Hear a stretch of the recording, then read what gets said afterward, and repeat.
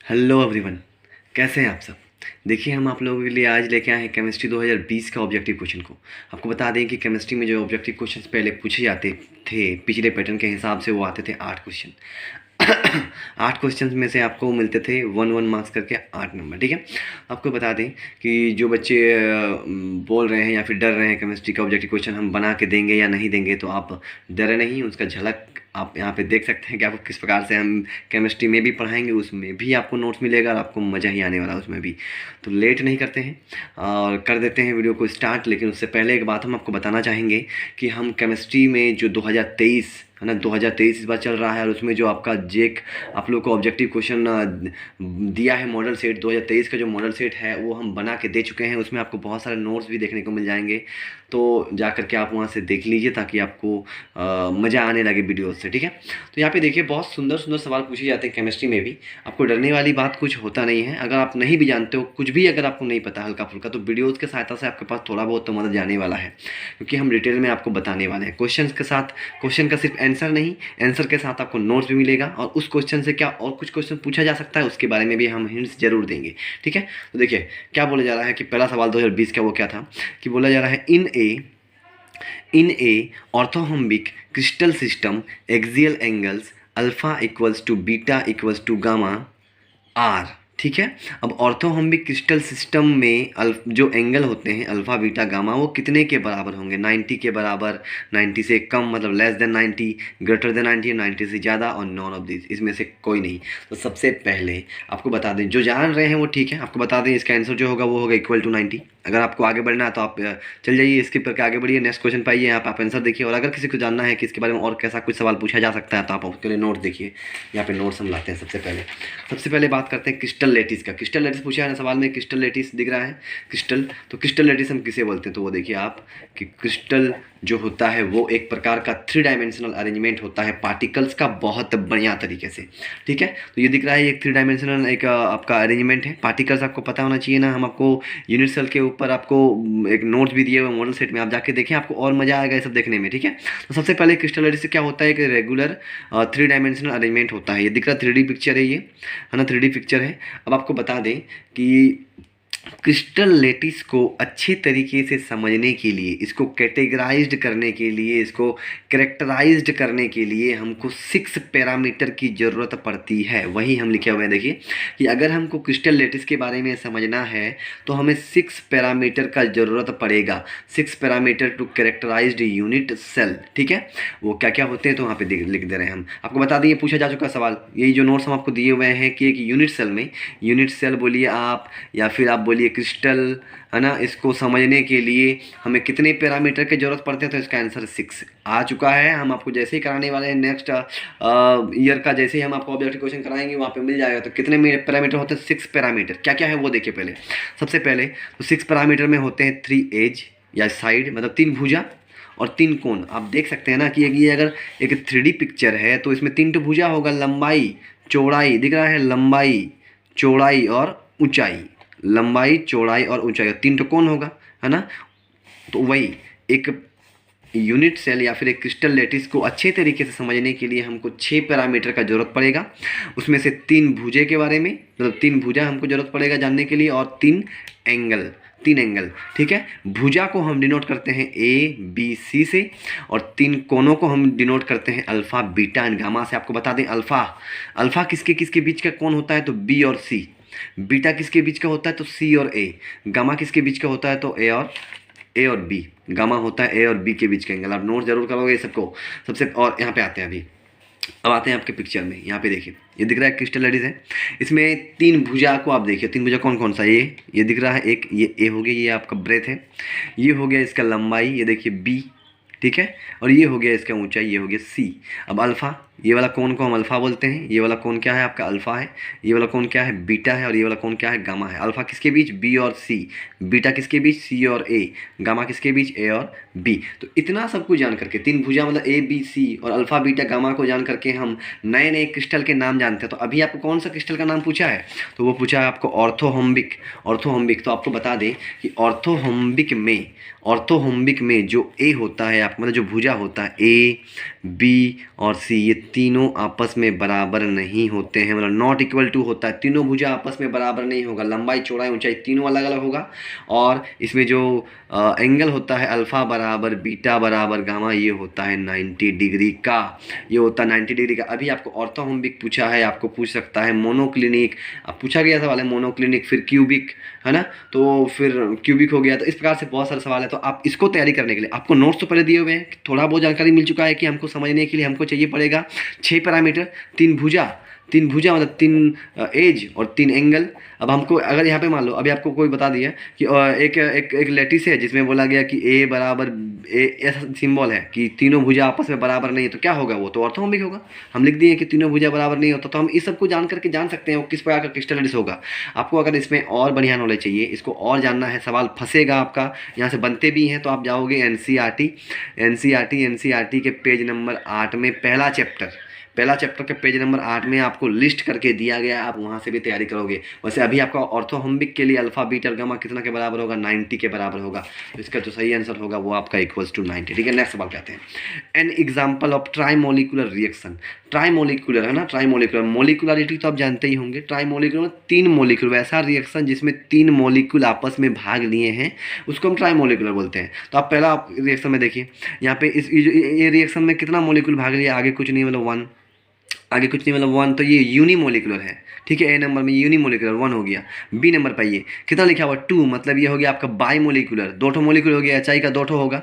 यहाँ पे आते हैं, यहाँ पे कितना है देखो, एनओ का 2 ठो और बी आर कितना ठो है, तो बी आर आपका 1 ठो है, तो 2 और 1 कितना हो गया 3। तो आपको ट्राईमोलिकुलर तो पूछा है 3 वाला, तो कौन सा ऑप्शन सही होगा आपका, ऑप्शन नंबर सी। आपको अगर बोलते हैं यूनिमोलिकुलर मतलब 1, कौन सा होता है, ये वाला यूनिमोलिकुलर है, इसमें 1 मोलिकुल है, ये यूनिमोलिकुलर, ये कितना है, ये बाईमोलिकुलर, और ये कितना है ट्राईमोलिकुलर। बहुत सिंपल था।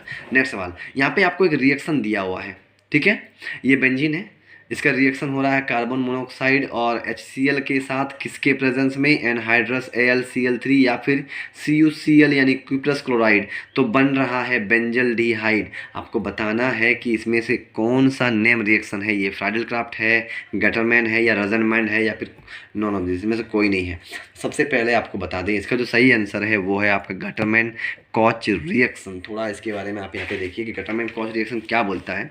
यहाँ पे देखिए आप, गटरमैन कॉच रिएक्शन क्या बोलता है कि व्हेन बेंजीन इज ट्रीटेड, ठीक है, when benzene is treated with carbon monoxide and HCl in the presence of anhydrous AlCl3 और cuprous chloride, then benzaldehyde is formed. जो वहाँ पर रिएक्शन दिया हुआ था वही हम लैंग्वेज में लिखे हुए हैं। आपको नेम रिएक्शन लिखने 5 नंबर आने वाला है इस बार। तो अगर आपको नेम रिएक्शन जानना है या फिर नेम रिएक्शन आपको प्रिपेयर करने के लिए वीडियो चाहिए तब आपको कमेंट करोगे, हम उसके लिए भी आपको वीडियो जरूर देंगे। तो यहाँ पे बता दें, वही बोला गया कि जब बेंजीन, ये बेंजीन है आपका, बेंजीन C6H6 ये बेंजीन है और बेंजीन का रिएक्शन कर रहे हैं carbon monoxide HCl anhydrous AlCl3, तो क्या बन गया, बेंजल्डिहाइड बन गया। तो ये कौन बताए थे, तो गटरमैन कॉच बताए थे और ये गटरमैन कॉच रिएक्शन के नाम से जाना जाता है। तो इसका सही आंसर होने वाला है बी नंबर, गटरमैन कॉच रिएक्शन। ठीक है, नेक्स्ट बढ़ते हैं। क्या बोला गया कि मेलाचाइट इज एन और ऑफ, मेलाचाइट इज एन और ऑफ। मेलाचाइट इनमें से 4 ऑप्शन दिया गया कि एल्यूमिनियम, एक कॉपर, एक आयरन और एक जिंक, इनमें से किसका जो है वो अयस्क है। अयस्क आप समझ सकते हो, अयस्क मतलब जहाँ से हम धातुओं को एकदम प्रॉफिट के साथ और एकदम आसानी के साथ निकाल सकते हैं, हम उसको उसका अयस्क बोलते हैं। ठीक है, तो यहाँ पे मेलाचाइट किसका अयस्क है आपको ये पूछा गया है। तो मेलाचाइट जो अयस्क होता है वो होता है कॉपर का। ठीक है, कॉपर का अयस्क होता है। आपको एल्यूमिनियम का भी पूछ सकता है, ये बॉक्साइड होता है। एल्यूमिनियम का और कौन होता है, बॉक्साइड। Fe का होता है हेमेटाइट। ठीक है, तो इस प्रकार से आप अयस्क के बारे में भी पढ़ोगे। ये जनरल प्रिंसिपल 6 नंबर चैप्टर का छोटा सवाल है। अगर आपको नहीं हो, अगर आपको नोट चाहिए इसके ऊपर और के ऊपर, तो देख रहे हैं हम आपको एक छोटा सा नोट जरूर देंगे। नेक्स्ट सवाल तो और मिलने वाले हैं अयस्क के ऊपर, तो वहाँ पे आपको मिलेगा एक चार्ट हम दे देंगे कि किसका क्या अयस्क होता है। अभी आप इतना जानकर रखिए कि मेलाचाइट का अयस्क कौन है, तो कॉपर है वो। ठीक है, मिलते हैं। और यहाँ पे देखिए कि नेक्स्ट सवाल क्या हुआ, देखिए कि इथाइल ब्रोमाइड का रिएक्शन हो रहा है एक्वस KOH के साथ, तो क्या बनेगा इसमें से? तो ये तो आपको मॉडल सेट में ही बता दिए हैं हम बोले ना कि आप मॉडल सेट 2023 का देख के आओ, बहुत सारे नोट्स हम आपको वहाँ पे दे चुके हैं। तो फिर भी यहाँ पे अभी जानने के लिए वो देखिए, इथाइल मतलब 2 कार्बन समझ रहे हैं, तो ये देखिए ये होता है आपका ethyl bromide, 2 carbon CH3 CH2, 2 carbon दिख रहा है, 1 2 को इथाइल बोलते हैं। तो ये अब ब्रोमाइड के लिए Br, तो ये आपका इथाइल ब्रोमाइड है ये वाला, इसका रिएक्शन हो रहा है एक्वस KOH के साथ। आपको बता दिए हैं वहीं पे, ये सवाल सेम सवाल आपको पूछा जा चुका है 2023 में।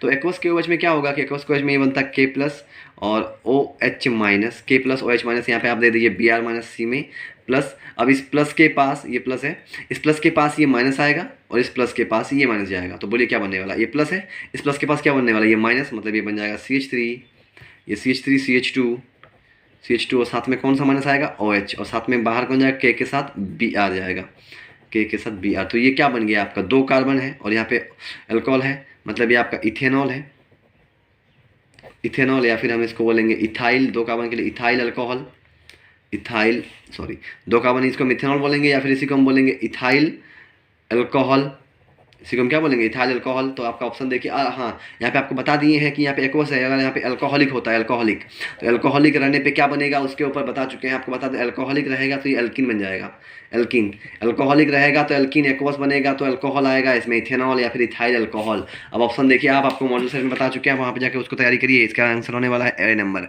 Ethyl alcohol. नेक्स्ट सवाल ये आपको दिया गया है, ये आप देख रहे हैं यहाँ पे OH लगा हुआ है, OH यानी एक प्रकार का अल्कोहल है, और कितना डिग्री का अल्कोहल है यहाँ पे आप वो भी देख लीजिए कि OH जिस कार्बन से जुड़ा ये वाला है, ये कार्बन और कितने कार्बन से जुड़ा हुआ है, तो 1 और 2, मतलब ये 2 डिग्री अल्कोहल है, 2 डिग्री, ठीक है, ये 2 डिग्री अल्कोहल है, और 2 डिग्री अल्कोहल का करना क्या है, ऑक्सीडेशन। अब 2 डिग्री अल्कोहल का ऑक्सीडेशन करने पे, 2 डिग्री अल्कोहल का ऑक्सीडेशन करने पे बनता है कीटोन, क्या बनता है, कीटोन। तो यहाँ देखिए आप, ये रहा आपका अल्कोहल CHOH, ये 2 डिग्री अल्कोहल है, और इसका हम क्या करने वाले हैं, तो इसका हम करने वाले हैं आपका, इसका हम करने वाले हैं ऑक्सीडेशन, और इसका ऑक्सीडेशन करने पे, इसका ऑक्सीडेशन करने पे क्या बनता है, तो वो आप देखिए, इसका ऑक्सीडेशन करने पे बनेगा आपका कीटोन, क्या बनेगा, इसका ऑक्सीडेशन करने पे कीटोन बनेगा। तो मतलब ये CH3 लग देंगे, CH3 यहाँ से कीटोन बनेगा, मतलब कीटोन के लिए यहाँ पे हम क्या रखेंगे, ये वाला, ये बन गया आपका कीटोन। अब आप ध्यान से देखिए कि ये अगर कीटोन है O, इस जगह में यहाँ पे आइए, इस जगह में क्या H 2 H है, और इस जगह में कीटोन बनेगा, मतलब C डबल बॉन्ड O होगा, यहाँ पे H बाहर निकल जाएंगे, 2 H, यहाँ पे 1 H, यहाँ पे 1 बाहर निकल गया। आप जान ही रहे हैं कि अगर जहाँ से H बाहर निकलता है हम उसको क्या बोलते हैं, ऑक्सीडेशन। तो आपको बता दें बहुत सिंपल था, 2 डिग्री का ऑक्सीडेशन करने पे क्या बनता है, कीटोन बन जाता। अगर 1 डिग्री का करते तो एल्डिहाइड बन जाता, क्या बन जाता है, एल्डिहाइड। ये सब ऑक्सीडेशन अल्कोहल, फिनॉल और इथर का नोट से है ना, वहाँ से आप तैयारी जो कर रहे हैं बच्चे, वो ये सब सवाल तो हलवा सवाल उन लोगों के लिए जो पढ़ रहे हैं, और जिनको थोड़ा बहुत फंसते हैं ऑब्जेक्टिव क्वेश्चन में, उन लोगों के लिए हम इस प्रकार का नोट्स आपको देते रहते हैं, ठीक है। नेक्स्ट सवाल देखिए, नेक्स्ट सवाल क्या है कि ग्लूकोज इज एन एग्जाम्पल। अब सबसे पहले आप जानिए ग्लूकोज क्या है। तो ग्लूकोज एक कार्बोहाइड्रेट होता है, कार्बोहाइड्रेट मोनोसेकेराइड होता है ये, ठीक है, कार्बोहाइड्रेट। ये बायोमोलिक्यूल्स का चैप्टर है ना, हमारे पास 5 पोषक तत्व होते हैं, carbohydrates, protein, fat, minerals, vitamins, ये सब 5 हम लोग के पास पोषक तत्व होते हैं। तो ग्लूकोज इसमें से क्या है वो पूछा है, अभी उधर डिटेल्स में नहीं जाते हैं। एक पूछा है एल्डोहेक्सोज है ना, एल्डोपेंटोज, एल्डोट्रेटोज और नॉन ऑफ दिस। तो कौन सा होगा उसके लिए सबसे पहले आप यहाँ पे देखिए, थोड़ा सा रुकिएगा लाइन। चलिए नोट देखिए कि जब हम सुक्रोज यानी शुगर बोलते हैं, इसका फॉर्मूला क्या होता है, C12H22O11।